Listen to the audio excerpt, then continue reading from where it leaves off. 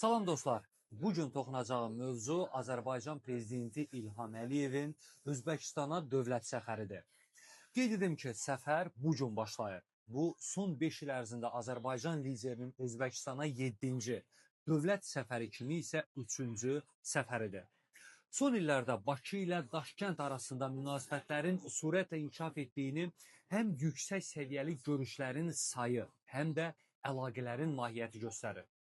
Azərbaycan və Özbəkistan artıq sadəcə dost və strateji tərəfdaş deyil, müttəfiq ölkələrdir. Səfər ərəfəsində Prezident İlham Əliyevin verdiyi müsahibə də bu baxımdan xüsusi diqqət çəkir.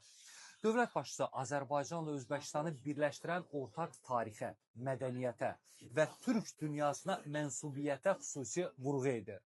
Bugün iki ölkənin münasibətləri məhz bu ortaq dəyərlər üzərində siyasi və iqtisadi baxımdan daha da möhkəmlənir. İlham Əliyevin Daşkənddə qarşılanması da bu münasibətlərin xarakterini göstərir. Şəhərin əsas küçələri Azərbaycan prezidentinin dövlət səfəri ilə bağlı plakatlarla bəzədilib. Azərbaycan və Özbəkistan bayraqları yerləşdirilir. Bu sadəcə rəsmi protokol deyil, iki ölkə arasında formalaşan müttəfiqlik ruhunu və xüsusi münasibətlərin nümayişidir. Amma bu səfərin əhəmiyyəti təkcə iki tərəfli münasibətlərlə də məhdudlaşmır.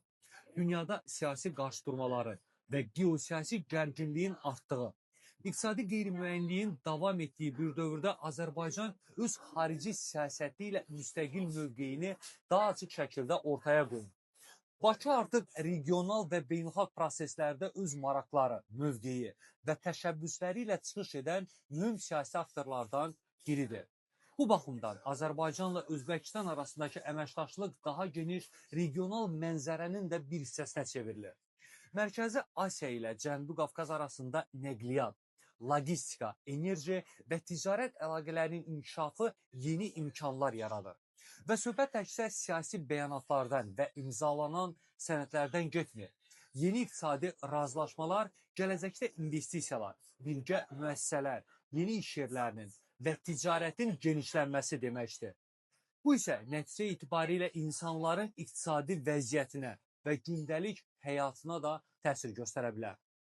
Əlbəttə, səfər hələ bugün başlayır. Əsas diqqət isə qarşıdakı görüşlərə, əldə olunacaq razılaşmalara və imzalanacaq sənədlərə yönələcək. Səfərin yekununda bütün bunları daha ətraflı təhlil edərək bu mövzuya bir daha qayıdacağıq.